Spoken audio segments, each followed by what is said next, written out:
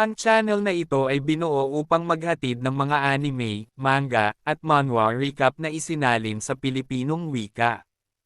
Ito ay walang intensyon na gumawa ng kahit anong kasamaan sa kapwa, lalo na sa mga may akda ng mga near-recap na anime, manga, at manhwa. Kaya po, bilang isa sa taga-recap ng mga ganitong kwento, lubos po akong nagpapasalamat at humahanga sa mga gumagawa ng mga ganitong kwento. Bilang panimula po sa ating recap na kwento, sana po ay magustuhan ninyo ang kwento na ito. Ang kwento na ito ay katulad ng isa sa karamihan ng mga kwento patungkol sa pag-summon ng isang mahinang binata na nanggaling sa mundo ng Earth, na nasummon upang maging tagapagligtas at maging ruler ng mundo na kanyang napuntahan. At isa pa, upang maging asawa ng malakas, maganda, sexy, at syempre wifey material na Demon Queen. Kaya simulan na natin ang ating istorya. Magsisimula ito sa isang lupain na tinatawag na barren wasteland, kung saan makikita ang mga bundok na tuyot at halos walang nabubuhay na mga uri ng halaman dito. Mapapansin naman ang isang paa ng isang nilalang, at sa pag-apak pa lamang ng kanyang mga paa sa tuyong lupa ay nagkakaroon ng mga bitek. Maya-maya pa ay makikita naman ang pagsigaw nito ng malakas. At isa pala itong halimaw na may mga galame ng isang pusit o octopus sa kanyang bibig. Ang halimaw na ito ay tinatawag na enchanted octopus. Ang katangian nito ay mayroon siyang malambot na katawan. Ang dalang panganib nito sa mga naninirahan sa mundong ito ay nasa antas ng B-level. Kunting impormasyon lamang po, ang mga halimaw dito ay binabatay ang lakas ng antas ng panganib na dala nito, katulad din sa mga karaniwang kwento na ang pinakamahina ay nasa level F at ang pinakamalakas naman ay nasa level S. Bumalik na tayo sa ating kwento. Napatigil ang halimaw sa kanyang pagwawala nang may mapansin ito sa kanyang likuran, dahilan kung bakit napatigil ito at nakuha ang kanyang atensyon. Makikita na isa pala itong binatang lalaki na mabilis na tumatakbo papalapit sa halimaw habang naghahanda ng kanyang kamao. Makikita naman na nababalutan ng enerhiya ang kanyang kamao. Kasabay ng pagiging seryoso nito upang atakihin ang halimaw. Oo nga pala mga lodi, kapatid siguro ito ni Vegeta. Hindi na siya nag-aksaya pa ng oras at agad na solidong pinatama ang kanyang suntok sa mukha ng halimaw. Makikita naman ang malakas na pagsabog sa ginawang atake nito. Ngunit napatigil siya at nasabi na ang katawan ng halimaw ay masyadong malambot at sagi, dahilan kung bakit hindi kayang masaktan ito ng pisikal na pag-atake. Makikita naman ang halimaw na nagalit ng sobra sa ginawang pagsuntok sa kanyang panga. Ay, putik, kahit ako magagalit din, basta-basta ka na lang susuntukan sa panga. Makikita naman ang galit sa mata ng halimaw habang nakatingin ito sa lalaking sumuntok sa kanya. At nasabi din nito na kakagaling niya lamang sa kanyang dentist para sa pagpapaayos ng kanyang ngipin, tapos susuntukan niya lamang ng basta-basta. Dagdag pa niya nakakalagay pa lamang din niya ng brace para may maipagmamalaki siya kapag ngumiti na siya sa TikTok. Uy! Wala pala sa script yan? Dinagdag ko lang, hehehehe. Sa sobrang galit ng halimaw ay agad itong naghanda para sampilan ang lalaki. Wala namang nagawa ang lalaki kundi mapamura dahil wala na siyang oras pa para maiwasan ang atake ng halimaw. Kaya ginamit na lamang niya ang kanyang dalawang kamay upang salagin ang impact ng atake ng halimaw. Habang hinihintay naman niya ang atake ng halimaw, nasabi niya na mukhang ang kanyang buhay ay doon na magwawakas kaya napapikit na lamang siya.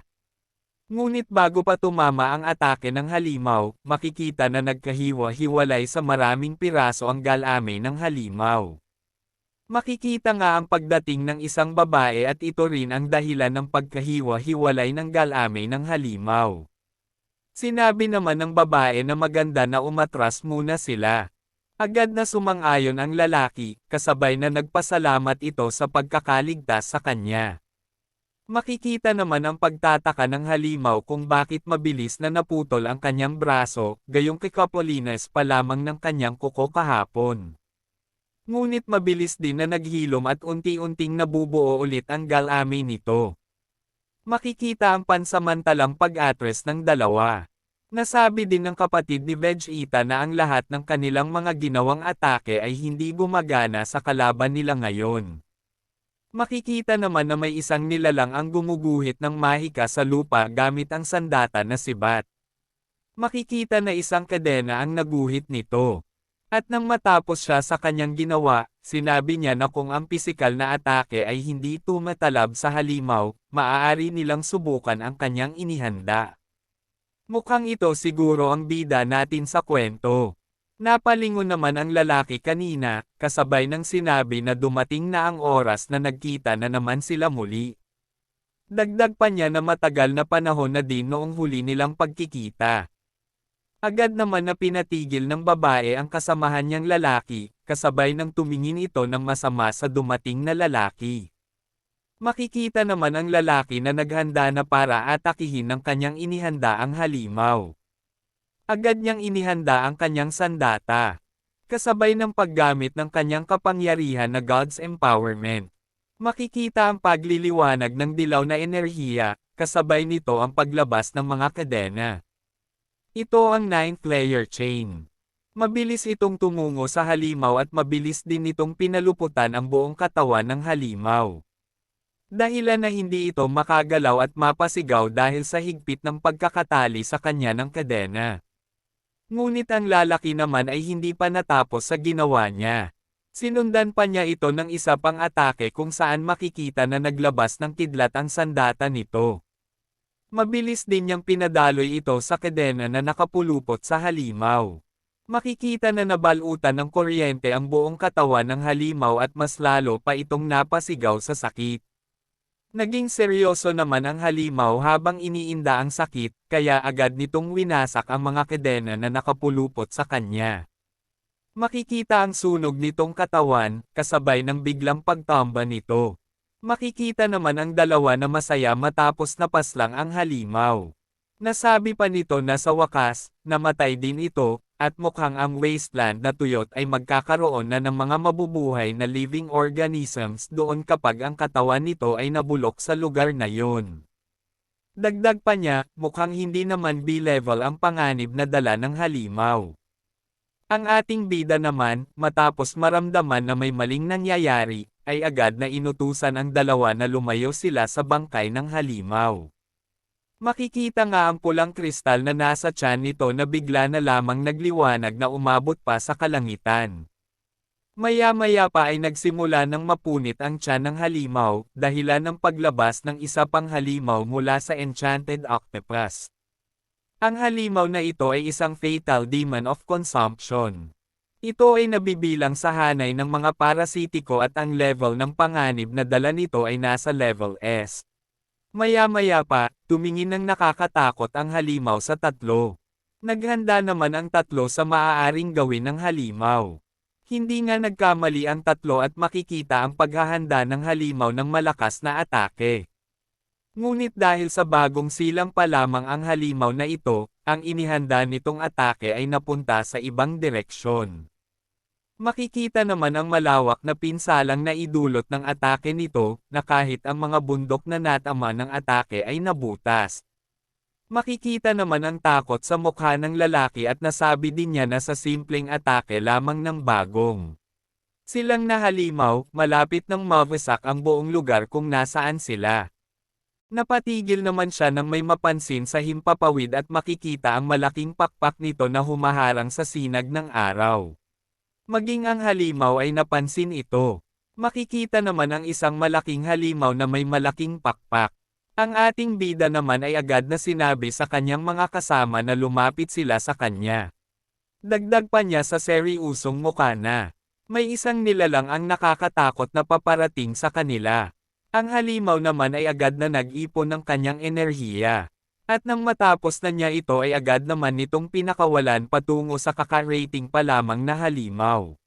Makikita nga ang atake na mabilis na nagtungo sa halimaw na nasa taas. Ang halimaw naman na nasa taas ay napangiti na lamang. At kasabay nito na naglabas din siya ng lilang itim na enerhiya para sabayan ang ginawang atake ng parasite. At mabilis din niya itong pinakawalan upang salubungin ang atake ng halimaw. Mabilis naman na nagtagpo ang atake ng bawat isa. Ngunit mabilis naman na natunaw ang ginawang atake ng parasite na halimaw. At ang atake ng halimaw ay mabilis na tinungo ang parasite. Wala naman nagawa ang parasite at napahawak na lamang ito sa kanya ulo. At kasabay nito na sulido niyang sinalo ang atake ng halimaw. At makikita ang malawak na pagsabog nito. At makapal na alikabok ang nabuo sa buong paligid ng lugar. Makikita naman mula sa taas ang lawak ng pinsala ng nabuo sa atake ng halimaw at hindi na din makita ang katawan ng parasite. Makikita naman ang tatlo na matagumpay din na nakaligtas sa impact ng atake. Dahil sa barrier na ginawa ng ating bida. Ang kapatid naman ni Big Ita ay nasabi na lamang na kung ano ang mangyayari at bakit pinaslang ng isang halimaw ang kanyang kapwa halimaw. Nasabi naman ng ating bida na mayroon na naman na gulong mangyayari. At hindi man lang ito nagbigay ng sinyales na ganito kalakas ang gagawin nitong atake. Makikita naman ang imahe ng halimaw sa makapal na alikabok. Dagdag naman ng ating bida na bagamat hindi man lang binalaan sila bago gumawa ng atake. Ang kapangyarihan nito ay matagumpay na napawalang bisa ang halimaw na may level S sa simpleng atake lamang. Dagdag pa niya na naubos din nito ang enerhiya ng Magic Stone. Kasabay naman nito ang pagkawasak ng Magic Barrier na kanyang ginawa. Nasabi naman niya habang pinagpapawisan na nagpapasalamat siya na ang halimaw na ito ay hindi nila kaaway. Makikita naman ang paglabas ng isang babae sa makapal na usok kung nasaan ang halimaw. Maya-maya pa ay makikita na ang isang maganda at sexy babae, makikita din ang mga sungay nito at buntot. Nagsalita naman ito at sinabi niya na ang pagpatay sa maliit na insekto na iyon ay parang pagtapak lamang sa isang ipis. Dagdag pa niya na bakit nahihirapan sila na patayin ang ganong insekto at kinakailangan pa na ang reyna mismo ang pumunta para patayin ang insekto na iyon. Nasabi naman ng ating bida sa kanyang pag-iisip na matapos niyang makarating sa mundo na iyon, mukhang ang kanyang ulo ay sesubog na. Nagsalita naman muli ang reyna at sinabi nito na kung ang lalaki ba na ito ang napili para iligtas ang mundo na ito. Bakit masyado itong mahina para maging hero ng mundo na ito? Mabilis naman na lumapit ang reyna sabay hawak nito sa baba ng ating bida habang sinasabi na mukhang kailangan pa niyang turuan ito para maging hari ng mundo na iyon. Napangiti lang naman ang ating bida sa sinabi ng reyna. Napatawa na lang din ito dahil wala naman siyang masabi. Nasabi naman niya sa kanyang pag-iisip na kung ano ang sasabihin niya at mukhang miracle na lang ang makakapagsabi kung magiging ruler ba talaga siya ng mundo na iyon. Ngunit naalala naman niya at nasabi din niya na asawa nga pala niya ang Demon Queen habang napatingin sa magandang Demon Queen. Pero bago tayo magpatuloy sa ating kwento, alamin muna natin ang bumubuo sa mundong ito. Ang mundo na ito ay tinatawag na Shulu Plains. Ito ay binubuo ng iba't ibang mga tribes. At sa mga tribes na ito, ang dalawa sa pinakamalakas ay ang human tribes at ang demon tribes. Ang dalawang tribes na ito ay nagkaroon ng malawakang digmaan dahil sa mga resources na pinag-aagawan. Matapos ang digmaan na iyon, ang parehong panig ay nagkaroon ng malaking pagkatalo. Kaya naman ang human tribes ay agad na nagpadala ng liham sa demon tribes upang makipagkasundo para sa kapayapaan. At ang demon tribe ay hindi na din naman tumutol pa sa mungkahi ng human tribe. Ang queen demon na si Isabella Osa ay agad na nagpirma ng kasunduan sa human tribes. Lumipat naman ang eksena sa mundo ng Earth na hindi pa nasusummon ang ating bida sa mundong iyon. Makikita dito ang mga malalaking gusali. Maririnig naman sa isang gusali ang pagsasalita ng isang tao habang naglalaro ng game sa kanyang computer. Makikita din ang kalat ng mga lagayan ng pagkain sa lamesa nito. At maya-maya pa ay maririnig na ang pagtunog na nanalo ang grupo nito sa laro. Ito ang number 1 player sa region na iyon. At sa ngayong laro nito, matagumpay muli itong nakakuha ng pentakill sa kanyang laro. Ang lalaki na ito ay hindi na ginalingan ang laro, ngunit still, ito pa rin ang pinakamagaling sa larong ito. Agad naman niya na inaalis ang headphone sa kanyang ulo matapos ang laro. Nasabi naman niya na habang umiinom, sa kasalukuyan mayroon laro na perpekto para sa kanya. Ang binata na ito ay ang ating bida sa kwento na ito. Ang kanyang pangalan ay si Yang Ye. Siya ay iisang anak at ang kanyang mga magulang ay nagtrabaho sa abroad ng mahabang panahon hanggang ngayon. Isa din siyang normal na tao lamang na walang kaibigan. At sa tuwing sasapit ang summer, ang kanyang sarili ay ikinukulong niya sa kanilang bahay upang maglaro lamang ng kanyang paboritong laro. Isa din sa kanyang hilig bukod sa laro ay ang mag-drawing. Matapos naman niyang maglaro, siya ay pumunta sa kanyang kwarto upang magpahinga. At habang nakahiga, nasabi niya na hindi niya gusto na ang summer niya ay palaging ganito. Dagdag pa niya sa pag-iisip na gusto niyang maging tagapagligtas ng isang mundo. Kasabay nito ang pagliwanag ng gintong liwanag ng kanyang kwentes.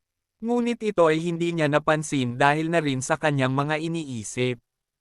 At maya-maya pa ay unti-unti na siyang napapikit dahil sa kapaguran. Habang napapapikit naman siya, nasabi niya na sobrang pagod na siya at babangon na naman siya bukas para lamang na maglaro. Ngunit sa pagmulat naman ng kanyang mata, nagtataka siya kung bakit ang kanyang kisame ay nag-iba na. Kasabay nito ay napansin din niya ang isang magandang babae na may dalawang sungay. At maya-maya pa ay naging mas malinaw na niyang nakita ang imahe ng magandang babae. Kaya agad naman siyang napabalikwas kasabay na sinabi na kung sino ang nilalang na ito at bakit nasa loob ito ng kanyang bahay. Seryoso lang naman na nagsalita ang Demon Queen at tinawag niyang tanga ang ating bida. Dagdag pa niya na tumingin muna ito sa paligid kung bahay ba talaga niya ang lugar na iyon. Kaya agad naman niya itong ginawa. At nang kanyang ang mapagtanto na hindi niya bahay ang lugar na iyon ay napasigaw na lamang siya. At sinabi na kung nananaginip lamang ba siya dahil sa dami ng mga video games na kanyang nalaro. Kasabay nito ay walang habas niyang pinagsasampal ang kanyang sarili habang sinasabi sa kanyang isip na kung naghahalusinate lamang siya bakit parang matatanggal na ang kanyang ngipin sa sakit ng sarili niyang sampal. Dagdag pa niya habang napatingin sa mga taong nasa paligid niya na kung anong uri ba ng mga nilalang ito, bakit ang kanilang suot ay parang may party ang mga anime lover. Napalitan naman ang kanyang pagtataka nang pumasok sa kanyang pag-iisip na kung siya ba ay napunta sa ibang mundo. Maya-maya pa ay galit na nagsalita ang Demon Queen at tinawag nito ang kanilang High Priest at tinanong na kung ito ba ang pinili at ang sinasabi ng Propyceia. Nagsalita naman ang High Priest at sinabi niya na ayon sa alamat, ang nagmamay-ari ng legendary magic ring na katulad ng nasa pagmamay-ari ng Demon Queen ay ang pinili ng Propyceia. Nagtataka naman at natanong ng ating bida na kung ano ang tinutukoy nilang magic ring. Kasabay na ipinakita ang singsing na nasa kanyang kwentes. At sinabi niya na kung itong ordinaryong singsing ba na ito ang tinutukoy nila na nakukuha lamang sa school bukol na Kshatriya. Sumagot naman ang Demon Queen at sinabi nito na tama ang kanyang sinabi na iyon nga ang magic ring. Kasabay na ipinakita niya ang kaparehas na singsing na kanyang suot. Sinabi din niya na ang singsing na iyon ay aksidenteng napasa kanya matapos na makabili siya ng Kshatriya na swerte sa tindahan ni Aling Bibang.